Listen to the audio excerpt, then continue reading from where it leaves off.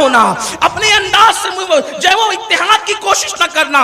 حبل اللہ کو پکڑو اور متحد ہو جاؤ, اس لیے کہ اللہ رب العزت نے ایک رسی دی ہے. اللہ تبارک و تعالیٰ نے حبل اللہ عطا کیا ہے, اس کو پکڑو گے.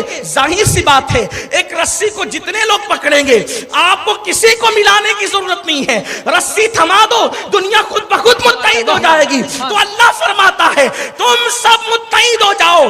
کس طرح سے؟ اللہ کی رسی کو پکڑ لو. مثال کے طور پر سب لوگ منتشر بیٹھے ہوئے ہیں, ایک رسی پھینک دی گئی ہے, کہا جس کو شوق ہو رسی پکڑ لو. جنہوں نے رسی پکڑ لیا وہ تو متحد ہو گئے, کم سے کم پکڑنے میں تو متحد ہوئے. ان کے ہاتھ جو ہے وہ ایک ساتھ ہو گئے, ان کی طاقت ایک ساتھ ہو گئی, وہ سب ایک ساتھ ہو گئے. اب بات یہ ہے حبل اللہ کیا ہے؟ آخر وہ کون سی رسی ہے جس کو پکڑ کر اتحاد کا حکم دیا جا رہا ہے؟ فرقوں میں مت بٹو, اللہ کی رسی کو پکڑو. تو اس میں 3 قول ہے, اس میں 3 قول ہے. اللہ کی رسی کیا ہے؟ پہلا قول یہ ہے اللہ کی رسی کتاب اللہ ہے, یعنی قرآن کو پکڑ لو پوری امت متحد ہو جاؤ. دوسرا قول یہ ہے رسول اللہ کا دامن پکڑ لو, حبل اللہ رسول اللہ ہے, رسول اللہ کا دامن پکڑو پوری امت متحد ہو جائے. اور تیسرا قول یہ ہے حبل اللہ نبی اور اہل بیت کی ذات ہے, ان کا دامن پکڑو پوری امت متحد ہو جائے. سبحان اللہ, سبحان اللہ, نعرہ تکبیر, نعرہ رسالت, سبحان اللہ, سبحان اللہ. اب پتا چلا دامن رسالت ہمارے ہاتھوں میں آ جائے, قرآن و مصطفیٰ جان رحمت کا دامن, قرآن و اہل بیت کا دامن ہمارے ہاتھوں میں آ جائے, ہم متحد ہو جائیں گے, اتحاد کی صورتیں پیدا ہو جائے گی. میرے پیارے آقا علیہ السلام کے پیارے دیوانوں, اگر آپ پہلا قول مراد لے کے قرآن ہے, قرآن پکڑ لو, قرآن تھام لو, تو قرآن بھی تو یہی کہتا ہے کہ نبی کی ایسی تعظیم کرو کہ جہاں سب کی تعظیموں کی حدیں ٹوٹ جائیں وہاں سے نبی کی تعظیم کا آغاز ہوتا ہے. میرے پیارے آقا علیہ السلام کے دیوانوں, قرآن نبی کو صرف ایمان ہی نہیں قرار دیتا بلکہ جان ایمان قرار دیتا ہے.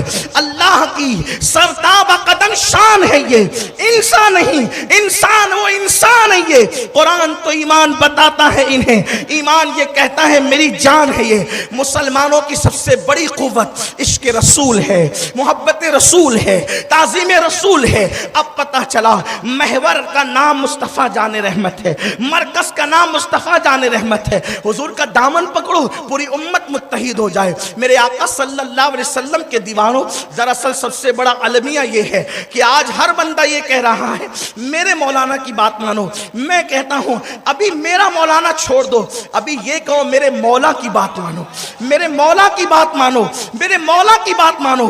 اللہ کا جو حکم ہے اس پر عمل کرو, رسول اللہ کا جو حکم ہے اس پر عمل کرو. آئیے آج سے تقریباً کئی سال پہلے ہماری جماعت کی بڑی عظیم شخصیت, آبرو اہل سنت, خطیب اعظم, مبلغ اعظم عالم اسلام, حضور مفکر اسلام نے پوری دنیا کو اتحاد کی دعوت دیتے ہوئے ایک تاریخی جملہ 100 سالہ حضور مفتی اعظم میں ارشاد فرمایا تھا, 1857 سے پہلے بر صغیر میں اکثریت کا جو عقیدہ ہے اس پر تمام بر صغیر کے کلمہ پڑھنے والے متحد ہو جائیں. اس سے بڑھ کر اتحاد کی دعوت کیا ہو سکتی ہے؟ اور میں یہ عرض کرتا ہوں اس میں مزید کہ صحابہ اور اہل بیت کے عقیدے پر پوری امت کو متحد ہو جانا چاہیے. اگر اپنی کٹتی ہوئی لاشوں کو جو ہے وہ تم سے محبت ہے, کٹتی ہوئی لاشوں سے محبت ہے, اٹھتے ہوئے جنازوں سے محبت ہے, اگر تمہیں اپنی بیٹیوں کی آبرو سے محبت ہے, اگر تمہیں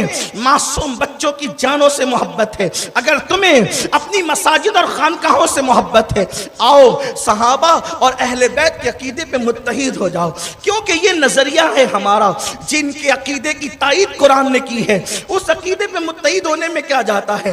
انگریز آ کر لڑا گئے, انگریزوں کی فکر پہ لعنت کریں اور وہ سارے عقائد جو انگریزوں کی آمد کے بعد بکھیرے گئے ہیں اس پہ لعنت کرتے ہوئے صدیق اکبر کے عقیدے کی طرف آ جائیں, فاروق اعظم کے عقیدے کی طرف آ جائیں, عثمان غنی کے عقیدے کی طرف آ جائیں, مولا علی کے عقیدے کی طرف آ جائیں, سعد و سعید طلحہ و زبیر کے عقیدے کی طرف آ جائیں, اہل بیت اطہار کے عقیدے کی طرف آ جائیں, غوث و خواجہ کے عقیدے کی طرف آ جائیں. کتنا عظیم وہ عقیدہ ہے جس میں تعظیم ہی تعظیم ہے, محبت ہی محبت ہے, احترام ہی احترام ہے.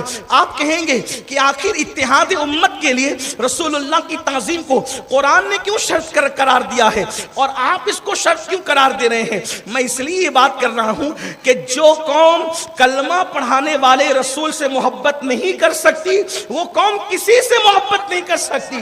اگر آپ کو پیغام محبت دینا ہے تو سب سے پہلے لوگوں کے دلوں میں رسول اللہ کی محبت پیدا کی جائے۔ جب محبت رسول پیدا ہوگی تو انسان خود بخود اس کا دل نرم ہوگا، اس کے دل کے اندر امت رسول کے لیے محبت